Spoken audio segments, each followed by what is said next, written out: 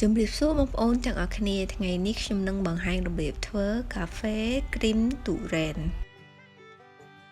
មុនដំបូងគឺយើងចាប់ផ្ដើមធ្វើទឹកខ្ទិះទុរេនដោយចាក់ទឹកខ្ទិះនឹងចំនួន1លីត្រចូលក្នុងខ្ទះចាក់អំបិលនឹងចំនួន1ស្លាបព្រាកាហ្វេដាំទឹកខ្ទិះយើងឲ្យពុះបន្តិចហើយចាក់សាច់ទុរេននឹងចំនួន500ក្រាមចូលនឹងដាំទឹកខ្ទិះទុរេនបណ្ដាហើយយកវែកនឹងមកសង្កត់សាច់ទុរេនបណ្ដាធ្វើបែបនេះរហូតដល់ទឹកខ្ទិះទុរេនយើងពុះឲ្យបិទភ្លើងចង្ក្រានទុកឲ្យត្រជាក់បន្ទាប់មកយើងមកធ្វើគ្រីមទុរេនម្ដងដំបូងដាក់កាធុនដែកនឹងចូលក្នុងកាធុនទឹកកកចាក់ topping គ្រីមនឹងចំនួន200 ml ចូលចាក់ទឹកខ្ទិះទុរេនដែលយើងធ្វើឲ្យមុននឹងចំនួន200 ml ចូលរួចហើយយកម៉ាស៊ីនមកវាឲ្យឡើងខាប់ឥឡូវគ្រីមទុរេនរបស់យើងបានវារួចហើយទុកវាក្នុងទូទឹកកកឲ្យត្រជាក់ដើម្បីឲ្យគ្រីមយើងបានខាប់ល្អបន្ទាប់មកយើងមកឆុងកាហ្វេវិញម្ដងដោយចាក់គ្រាប់កាហ្វេកិនហើយនឹងចំនួន100ក្រាមចូលក្នុងហ្វីនសង្កត់វាបន្តិចហើយចាក់ទឹកដាំពុះនឹងចំនួន100 ml ដើម្បីឲ្យគ្រាប់កាហ្វេយើងសើមបន្តិច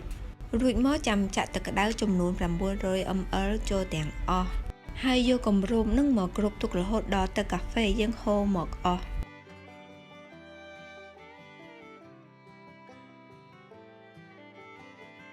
បន្ទាប់មកចាក់វាចូលក្នុងដបរក្សាកម្ដៅដើម្បីរក្សាទឹកកាហ្វេរបស់យើងឲ្យនៅមានក្លិនឈ្ងុយបានយូរឥឡូវយើងមកមើលរបៀបធ្វើកាហ្វេគ្រីមទុរេនសម្រាប់កែវ16អោនវិញម្ដងចាក់ទឹកកាហ្វេនឹងចំនួន70 ml ចូលក្នុងកែវក្រិតទឹកដោះគោខាប់ចំនួន30 ml ទឹកដោះគោរាវនឹងចំនួន20 ml កូរចូលគ្នាឲ្យសព្វហើយចាក់វាចូលក្នុងកែវទឹកកកមួយរួចមកដាក់គ្រីមទុរេននឹងពីលើនិងតុបតែងដោយសាច់ទុរេនពីលើជាការស្រេចបន្ទាប់មកយើងមកមើលរបៀបធ្វើកាហ្វេគ្រីមទុរេនសម្រាប់កែវ22អោនវិញម្ដងដំបូងចាក់ទឹកកាហ្វេនឹងចំនួន100 ml ចូលក្នុងកែវក្រិតដោះគោខាប់ចំនួន40 ml ទឹកដោះគោរាវនឹងចំនួន30 ml កូរចូលគ្នាឲ្យសព្វហើយចាក់វាចូលក្នុងកែវទឹកកកមួយរួចមកដាក់គ្រីមទុរេននឹងពីលើនិងតុបតែងដោយសាច់ទុរេនពីលើជាការស្រេចបន្ទាប់មកយើងមកមើលរបៀបធ្វើកាហ្វេគ្រីមទុរេនសម្រាប់កែវ32អោនវិញម្ដងមុនដំបូងចាក់ទឹកកាហ្វេចំនួន150 ml ចូលក្នុងកែវក្រិតទឹកដោះគោខាប់ចំនួន50 ml ទឹកដោះគោរាវនឹងចំនួន45 ml កូរចូលគ្នាឲ្យសព្វហើយចាក់វាក្នុងកែវទឹកកក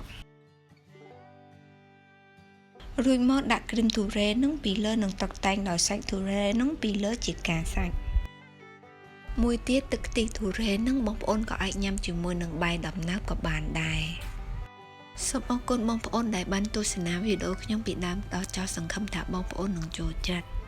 បើមានសំណួរឬយោបល់អ្វីសូមបងប្អូនសរសេរ comment នៅខាងក្រោមសូមបងប្អូនជួយចុច like share និង subscribe YouTube channel របស់ខ្ញុំដើម្បីជួបគ្នានៅវីដេអូក្រោយៗទៀតអរគុណច្រើនសូមជម្រាបលា